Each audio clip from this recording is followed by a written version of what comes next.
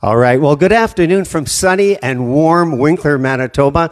This is Carl Krebs. I'm reporting for Things That Matter and Winnipeg Alternative Media. And I think the person beside me almost doesn't need an introduction, but it's Laura Lynn Tyler Thompson, LLTT as I call you. And she has agreed to do a candid interview on faith, family, and politics in these present times. And she's out here and has been out here for a while. Laura, may I call you Laura? Absolutely.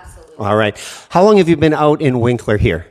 Okay, well, I came out because Maxime Bernier was announcing his declaration against abortion, and he wanted me to be here for the press conference because he was using the bill that myself and another gentleman, Paul Mitchell actually put his heart and soul into this bill so that we could get to Ottawa as MPs and present it to have legislation on abortion. And at that time, we all knew that there's no legislation on abortion in our country. A baby can be aborted, the last moments of its life in Canada. It's a sad state of affairs and should be rectified. So we put that forward in 2019 when we ran for the PPC with Maxime Bernier. And so he was going to, again, reignite this bill and say he was going to take it on as his own. And he wanted me to come here to the riding and just be here a couple of days and help him do the press conference. Well, I was really honored to do that, because Maxime Bernier is the most trustworthy and the most character-filled politician that I know currently at this hour in our land. And so I did come here. And as I was here, I stayed a few extra days just to get a feeling about southern Manitoba. And I came to find out that it's just so absolutely wonderful because, I was staying in a hotel, and for breakfast, get this, they are playing the Christian station on the TV at Best Western. Okay, I'm like, am I on the Truman Show? So, it was amazing. And I went back home and I told my husband, we're in a war. And I believe that part of the battle is Portage-Lisgar, where a general, that is Maxime Bernier, has come in a very unprecedented opportunity where Portage-Lisgar stood with the PPC, I think with 22 percentile of the vote in the last time. And here we have this man standing for truth, going against the woke cult, actually putting on his flyer that he's standing against the woke cult that is destroying our Canadian heritage, our history, and our values. I have to stand with this man. Who else is speaking like this? It's very true. I know what you're saying, and I've been following you a little bit. You've been working hard in BC to fight the SOGI agenda. Can you talk a little bit about that? Because that terminology hasn't actually settled in Manitoba yet, although they have said they have chapters across the country. But it's coming. And I want you to talk about this because you've been boots on the ground in BC for a while. Right. We talked to a woman last night. Maxime Bernier did an interview with her that will be up shortly. And she is a mom in school, and her children are just struggling because they're having all of this LGBTQ stuff enforced on them. They have the opposite sex going into their bathrooms. It's very disturbing for some kids already here in southern Manitoba. And also we've talked to two mothers who found books that I would not even want to describe. I had to look at the pictures that are in the kids' books, and it was horrifying, disturbing. They are sexualizing children. And people might think, oh, that's in Babylon, British Columbia, but no. That is right here in southern Manitoba. I noticed that there are no rainbow crosswalks here, and I said to the people last night as I spoke to a group, I said, well, you better get ready for it because it's coming. This is their agenda. They like to put up their flags, they like to put down their rainbows, and they like to let everyone know they're here and that we have to accept their ideology, and we do not. And because that was coming, SOGI stands for Sexual Orientation and Gender Identity. When I discovered that in 2017, I was very upset about it. And I thought it was just one school. I mean, I was so naive. I thought one teacher's gone off the rocker and putting out this stuff, telling kids that they can change their gender. And come to find out, to my horror, that Soros has admitted that he has spent millions and millions of dollars to make sure that gender ideology is spread throughout the world. I believe he's causing a lot of, distractions in our world. He gets us fighting over these things, and we have to fight over it because what's happening is that our kids are getting confused, and so we have to stand. And if I might say to you, that what happened then is that I lost my job on a national 700 Club Canada. Yes. And I'm not holding them responsible. I believe that God ultimately decides where I should be. But I will say this, that they were not willing to stand against it, and they released me to my calling, as they put it. And so that was a wake-up call for me, that the church would not stand, that Christians did not want to face the battle that we're currently in. That was alarming to me, and that was my first wake-up.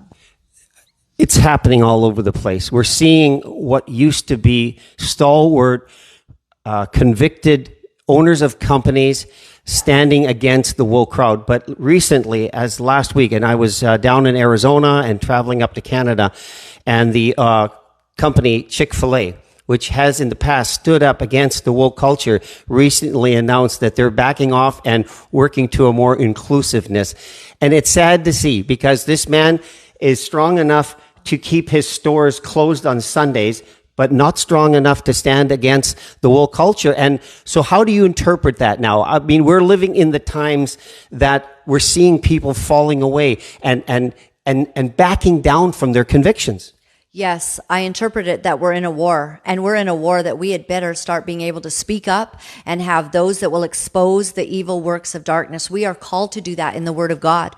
And it is because of our silence. When I realized that I had lost my job, I thought, well, I'm going to run in politics like this famous transgender dude in Vancouver. He goes to Ottawa and he petitions all the MPs to, support transgenderism and all of that. So I decided I would stand up. So of course, I went to the only party I had ever voted for. That was the Conservative Party of Canada. I put my name forward. I filled out all the paperwork. I met the criteria as it was stated on paper. And 2 EDAs wanted me to run for them. One first was in New Westminster in British Columbia. I was rejected. They just sent me a form letter and said that they were flying out a candidate from Ottawa to come and be the candidate. It was a young woman who had no experience. And they were shocked. The EDA blew up. We later found out it was because I was outspoken on my Facebook regarding Soji, that I did not appreciate that our young men and women are being assaulted, that their identities are being attacked under this curriculum, and the Conservative Party of Canada would not stand up to it. I couldn't believe it. That was my second awakening, that the Christians won't stand, the politicians won't stand. And so I tried to run in 2 ridings. It blew up the EDAs. And then I found out about the Conservatives. I went to their policy convention in Halifax in 2018. And you might remember at that time that Andrew Scheer was the leader, and they had a policy convention. And it was to my horror and shock as I sat there. So picture this. You have a room of 2,000 people. These are ardent conservatives. These are people who want to have a voice for the Conservative Party, so much so they've paid their ticket and their way and their convention ticket to get in, their air ticket, Everything has been paid, and they're there. And you get a little plastic, it's like, it's a little plastic digital thingy that you can push yes or no. So when the policies come up, you vote on all these different policies. So finally, it's abortion. And I was pretty excited. At least I knew I was getting rejected by the CPC, and I couldn't understand it. I was very upset, actually, about it. But at least I'm here at the policy convention. I'm going to let my voice be heard with all my friends that were there. And we were going to push, yes, that we would have legislation on abortion, and we would promote putting a bill forward for the protection of the unborn. Little did I know, Lisa Raitt gets up in front of the whole place, and Lisa Raitt communicates to everybody, and she says, please, everyone, do not vote yes to have abortion on this policy, on our policies, because our leader, this got me, Andrew Scheer, does not want you to put that on there. Now, in that moment, I was just in shock, because I knew Andrew Scheer. I liked him because he was pro-life. I liked him because he was standing for life. He got elected because he said he was pro-life in his riding in Saskatchewan. This is why he came. And then God had given him the opportunity, the favor of God on his life to actually get to a place where he can do something about it. And now he's telling us, no, we're not going to vote for the protection of the unborn. We're not putting that on our policies. Like the cowardice and And the compromise was overwhelming. And so, Okay, so then that was the party of Andrew Scheer. We're now in the party of Pierre Poilievre. right.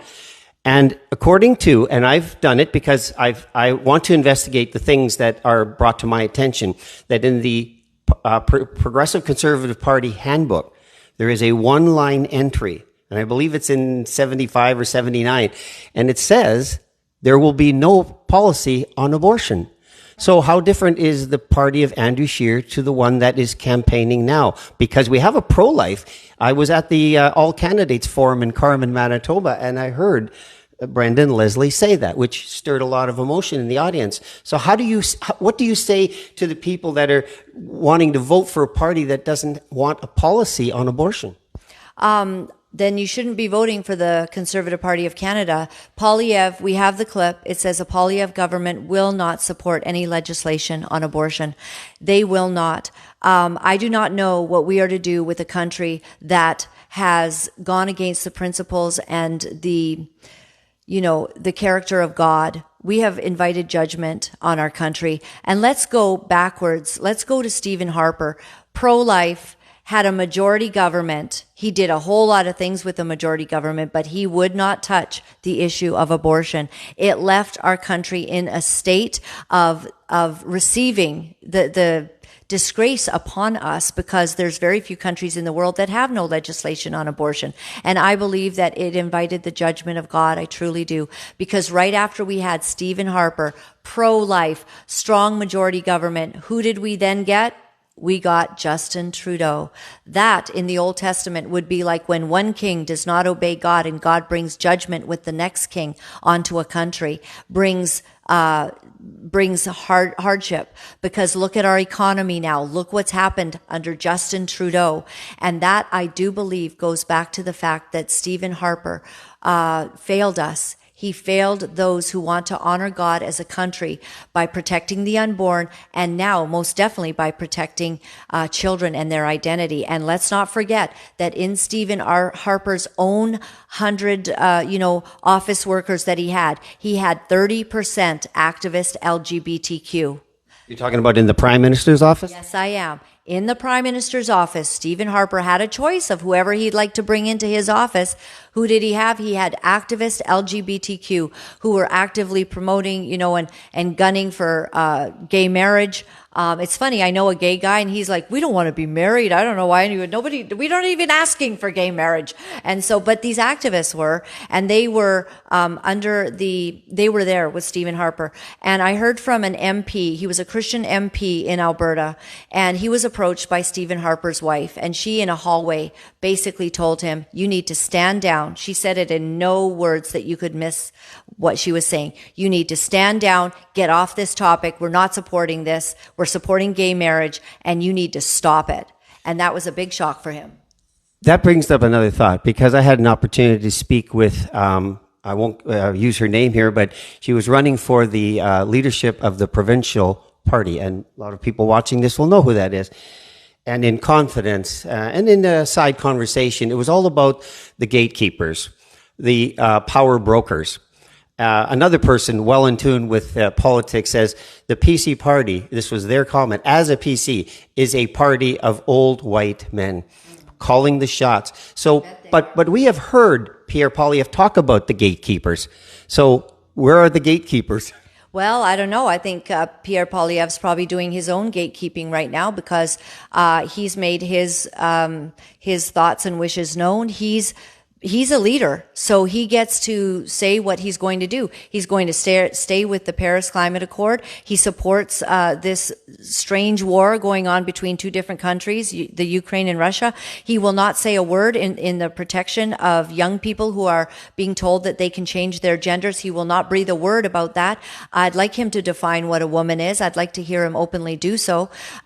He will not speak to these issues. And again, he has an activist gay person. The person that is running his campaign, John Baird, is, somebody who has been very vocal on his positions and has faced the fire over it. And so, he won't say a word for the protection of the unborn, and he will not stand for the transgender agenda that is going on in this in this place. And I mean, he's going to be here tonight. And what's he going to do? He's just going to talk about how great the conservatives are and we're going to do this and that. Well, I hope that he opens up the floor for some questions, because a lot of people have questions.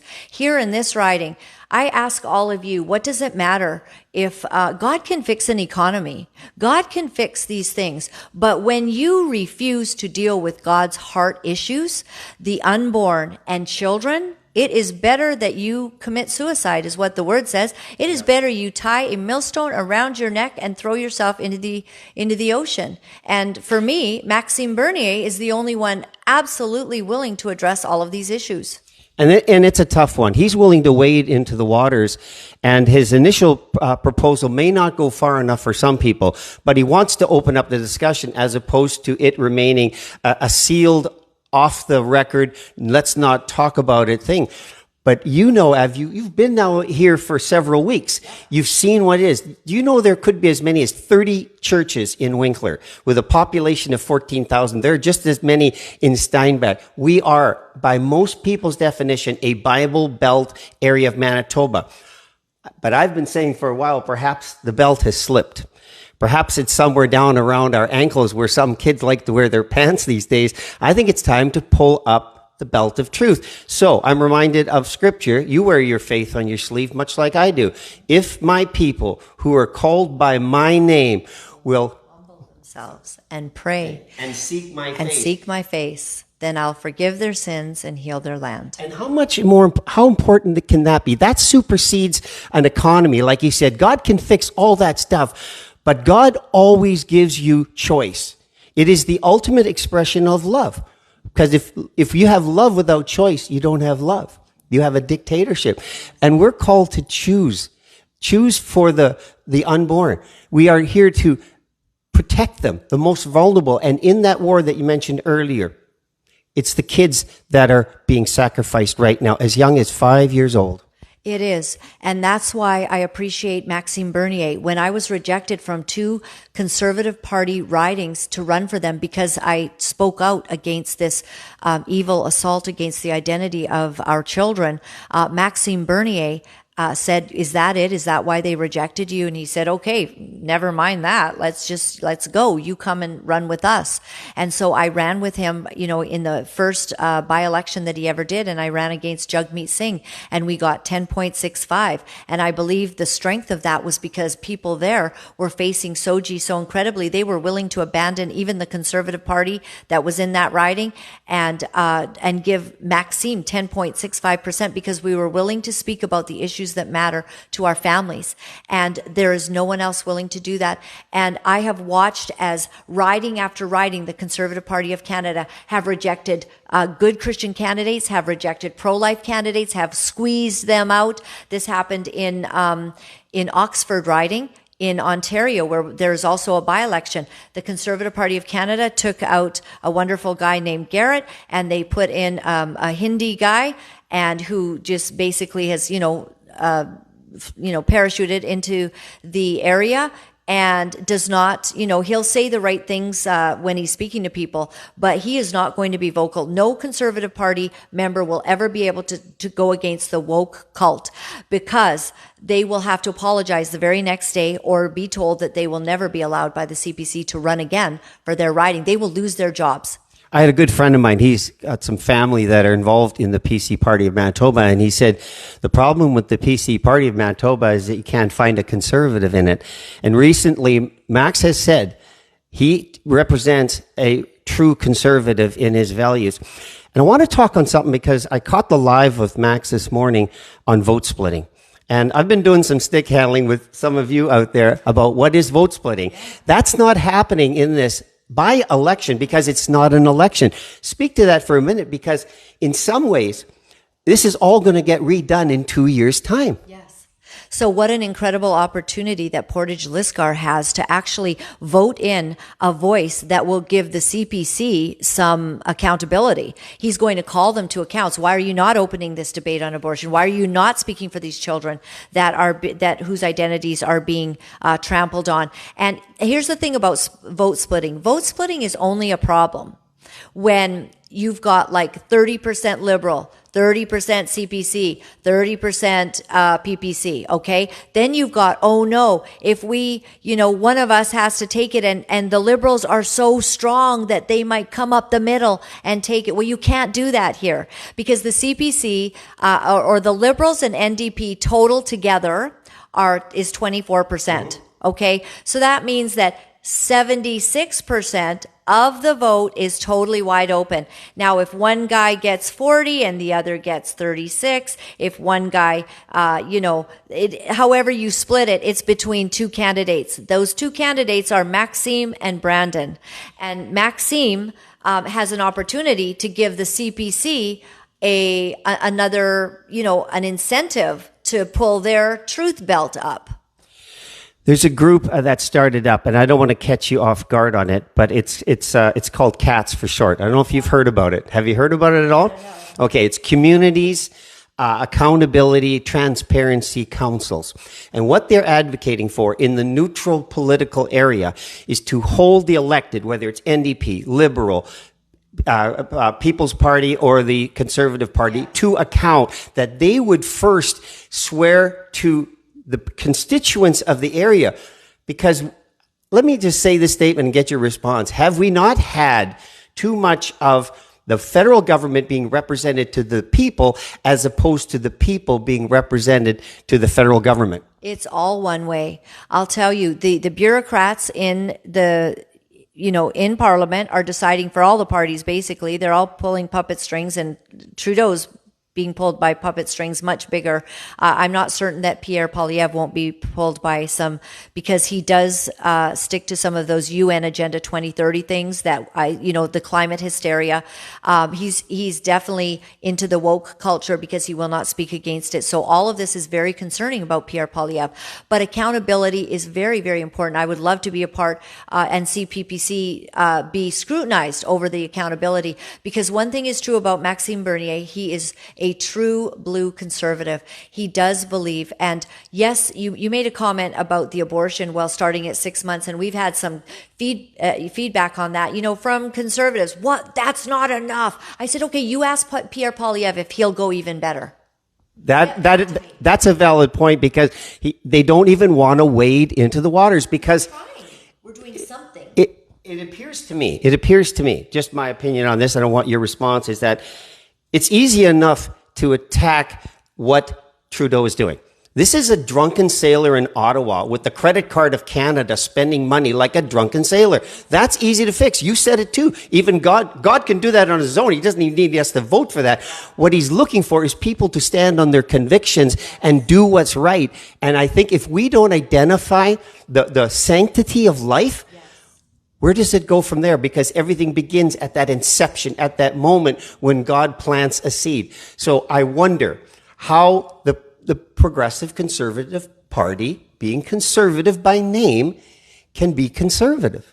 Well, and they're not conservative. They will not deal with the issues that matter to true conservatives. Who are true conservatives? They're actually people of faith. They're people that believe the word of God, that when the word says that before he formed you in your mother's womb, he knew you, that is the word of God. How can we then, take the life of the unborn? How can we not fight for it? And we've got to begin in 35 years with conservative parties having a majority of the House. We have done nothing to stop the killing of 100,000 babies per year in this country. How do we entreat the favor of God when we will not stand? And you mentioned all of the churches. It's hard to connect with churches. I find in this area, it's disconcerting that pastors are more worried about losing tithes and losing maybe their position if they go the wrong way and don't just stick with the status quo of the CPC. Status is a big issue. Yeah, maybe that's what they think. But you know what? When you're a pastor, there's a lot of leeway, actually. There's way more leeway. There's a group that's talked about this. Like legally, you can present to your church all options. Hey, the NDP will not deal with abortion. The Liberals will not deal with abortion. The CPC will not deal with abortion. The PPC will put forward legislation on abortion to end late-term abortion and moving. If if you'll listen to Maxime, that's only step one.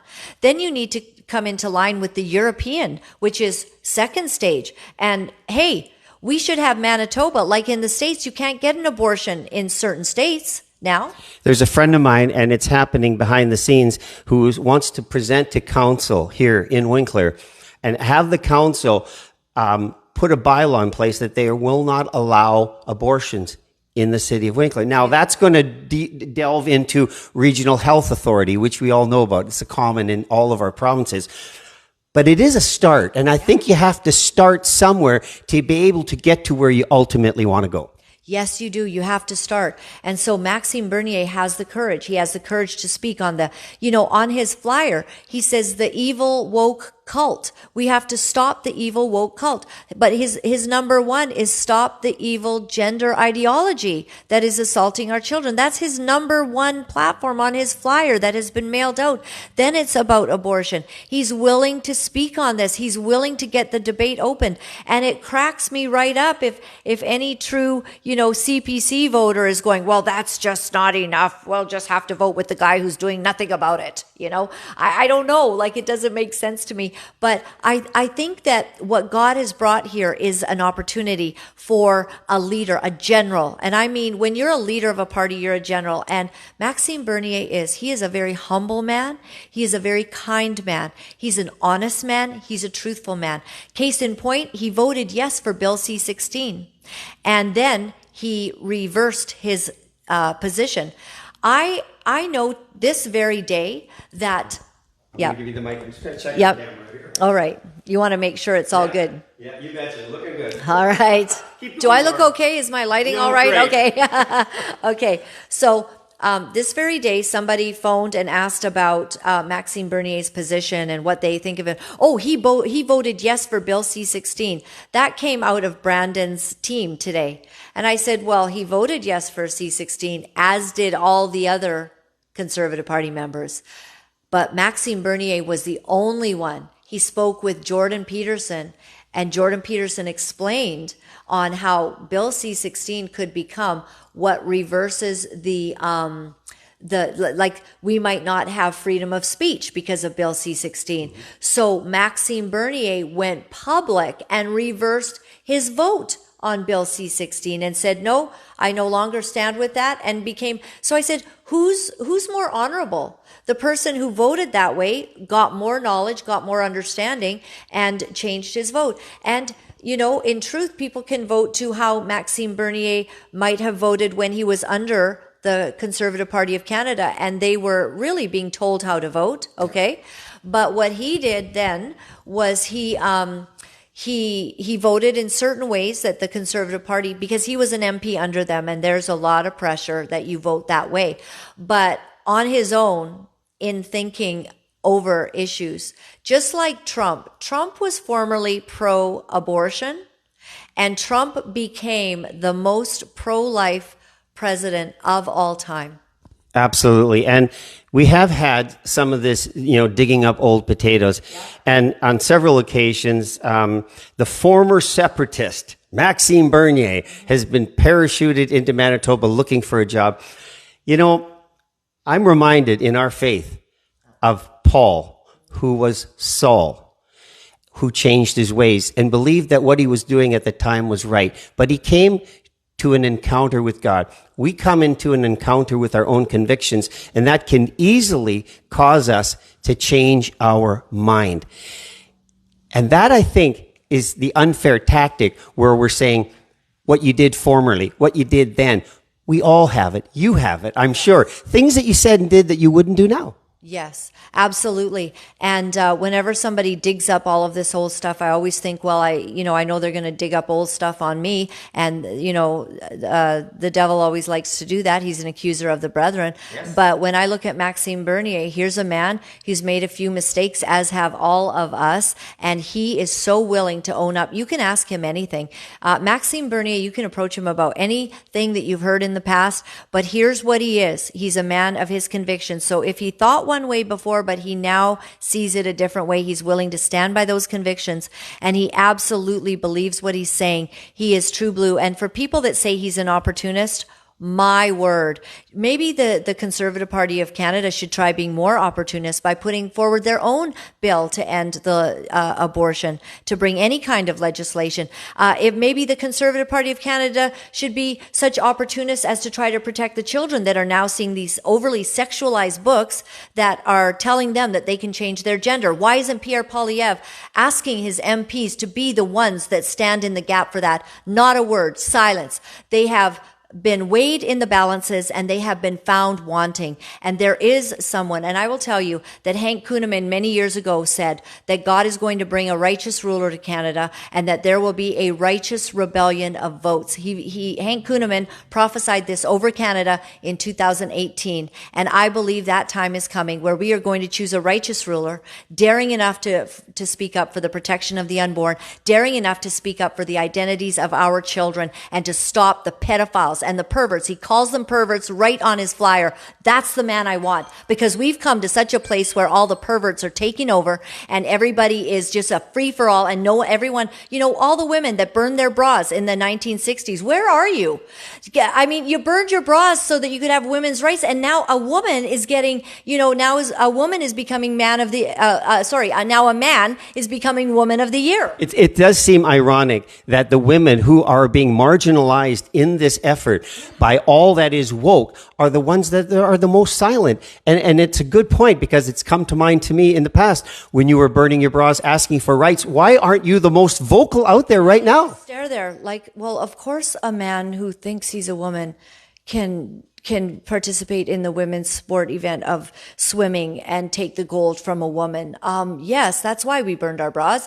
Oh, really? So we burned our bras so that we can now, with tax dollars, pay for every gender surgery that people are getting. In fact, there's one dude in BC, and he went to jail after raping a 3-month-old. He killed a 3-year-old when he was a teenager. He ends up in jail and then says he's a woman, gets gender surgery on taxpayer dollars, and is moved to the women's prison, where he is now in access with other mothers who are upset because he's ogling their babies. I mean, this is a nightmare scenario. And where's the outcry? Where's the women standing up and saying, you have to protect women and have, respect for women's rights? And just to be fair, the family issue being attacked, we have seen a lack of fathers stepping forward. I see a lot of women at the events that are speaking about, and I wonder where the men are standing up for their children. I always say this, at some point, these people that are going to be so confused are the ones that are going to govern over us. Think about how scary that is, that you can't even be sure who you are, and you're going to be governing over us, because we're all going to be old. I crossed the 60-yard line a couple of years ago, and I start to think, my goodness, I am concerned about it, because we want to train up a child in the way that they go so that they will not depart from it later. We have been seized. We have been seized. The politically correct culture has taken over our courts, our political establishment, our medical, establishment, our education, our businesses. We're all complying. We got to have the, gender, bathrooms for everybody. I mean, what is going on? We have been seized unless we take an opportunity with a man daring enough. And Portage-Lisgar has this opportunity. They have a once in a lifetime perfect storm to actually vote in a guy who's talking against the stuff that's destroying our world and our families. And for any Christian to look at me and say that, oh, well, we've always voted CPC and we have really, what is the heart of God? And we have an opportunity here. It's the perfect storm. Vote in Maxime Bernier. Send a message to the Conservative Party of Canada that we are coming and we are going to be standing for real conservative values. This by-election, again, to bring it back to that, is at most likely a 2-year appointment. Yes. And the guy that says he wants to be the true conservative in Ottawa wants a test run for 2 years. And I say, why wouldn't we as Christians, why wouldn't we as people of faith say, let's give this man a chance? Because I think if you're voting for the other guy, you're getting very much the same. And that kind of sounds like, say hello to the new boss, same as the old boss. Yes. Moms are upset. The books are in your schools. You will have a Pride crosswalk very shortly here in southern Manitoba. Like, get ready for it. The onslaught is coming. They want to fly their flags all over the place. They want to impose their ideology on your children while you're not watching. They don't want parents told what's being told to their children. We are here to fight. We are in a new war. We showed up at an event last night, and there was a young woman who came. She had her blue hair and everything that goes with that. And she disrupted and tried to disrupt. And do you know what she did? She showed every single person at that rally what the war is. This is the war. They are not prepared to be silent on what they are shoving down our children's, into our children's minds. They are not going to stop doing it. We have got to be prepared for a new culture war. There are very few that have what it takes, if you know what I mean. There's very few people that have the courage and the tenacity to speak out. Maxime Bernier does. He doesn't want our children sexualized. He doesn't want this woke cult being forced on us. He wants to just have our Canadian culture. We were founded under Judeo-Christian values. We were founded under our Charter of Rights and Freedom says the supremacy of God. The Honorable Brian Peckford says the God that we were speaking of was Jesus. It was the Lord Almighty God. We were all Christians. What God would we be speaking about? Canada was founded on these values. And now the woke cult, they don't want prayer in schools. They want to destroy our kids. They want to change our culture, and we're not having any of it, and we will not be silent. And if you vote us in, you will absolutely change Canada. Paul's instructions to Timothy. Because we're in this area, we can talk about these matters of faith. Paul's instruction to the young pastor Timothy was to guard the good deposit. If you trace the history back of Winkler alone and the other communities, they are founded on faith and family. And the deposit that was passed forward is the one that we have to protect right now. So, as we close this interview, and I thank you so much for your time, your feet have hit the ground running here. I want you to talk about the relevancy of Christians and their faith and their politics existing in the same time and space. I am absolutely amazed in this beautiful riding. I mean, to see a Christian station playing while everyone's having their breakfast at this Best Western that I stayed at. Like, it was absolutely phenomenal. Like, the Christian station was on and everyone's eating their breakfast and watching it. That's very different, right, than Babylon, British Columbia. Like I said, I've met all of these people. They have deep roots here. They have godly roots. They have tears in their eyes as they talk about the issues that matter to them. In fact, when Maxime Bernier or I are speaking, there's often tears in the eyes of the people listening, because one person wrote me today. They said, we finally have hope again, because they've lost hope in the traditional Conservative Party of Canada here, who wants your vote. They use you up. They're glad you're pro-life, so they'll get a guy who'll say, oh, I'm pro-life. Oh, but your leader will never allow any tabled legislation to prevent abortion. What does it matter what you think? You might as well have an atheist. It doesn't matter with that party. That party will never stand for you. So as I see these people, they are embracing Maxime Bernier. We've heard, some things about polls going on, and that we're doing pretty good, actually. Everywhere we go, people are embracing us, hugging us. They love Maxime. They're going to get used to his accent. I love his accent. He's really... It is charming. Yeah, it is charming. He's a very charming man, and he says my name like Laura Lynn, and I appreciate him, but I appreciate the most about him that he has courage like I have not seen. I wanted him to be courageous, but I am in shock at his courage, that he would actually call in a by-election when he wants to be elected as a leader. He's calling for legislation against abortion. My word, vote this man in, or face the consequences of what you choose. Like, after this, if you get your schools full of all this nonsense and no one's speaking, don't look at us, because we tried. Because Maxime Bernier was here to try. Do you know where he was today? He was at the city council or something, trying to speak to people about what's going on with these books in the schools. When a CBC reporter came up to him and said, I heard you're trying to ban books. Do you know what he did? He held the book up to the reporter and said, is this the kind of books you think are okay? I don't think they should be in front of children. Yes, I think we should ban the books. Like, let's be real here. This is a new war. This is a fearless man. I think we have to stand with him. Conviction and consensus. Yes. Huge difference. Yes. Martin Luther King Jr. spoke about that once. It's easy to go out publicly and speak on consensus. You already have the people with you. It's a much different approach to stand on your conviction and build the consensus that says, I'm hearing what you're saying. It's resonating in my heart, and I'm going to vote for you, and I'm going to stand for you. So to the people that are going to go to the Pierre Poilievre event here in Winkler tonight, I expect there'll be some of both people. The undecided, the decided will both be there. What is it that you would say to them as they go to that event and hear the boss of the Progressive Conservative Party speaking on behalf of his candidate? What is it that they should be listening for and be discerning about?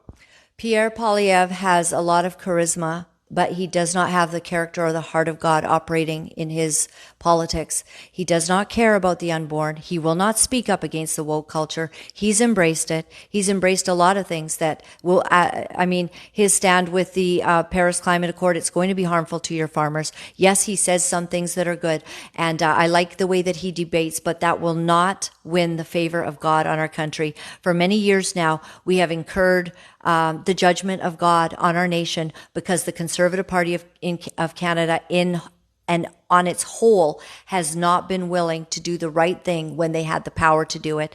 Whether he gets a majority government or not, he's already declared he will not bring up abortion. He will not stand against the woke gender nonsense. I don't know what more there is to say. They're going to come in here, rah, rah, rah.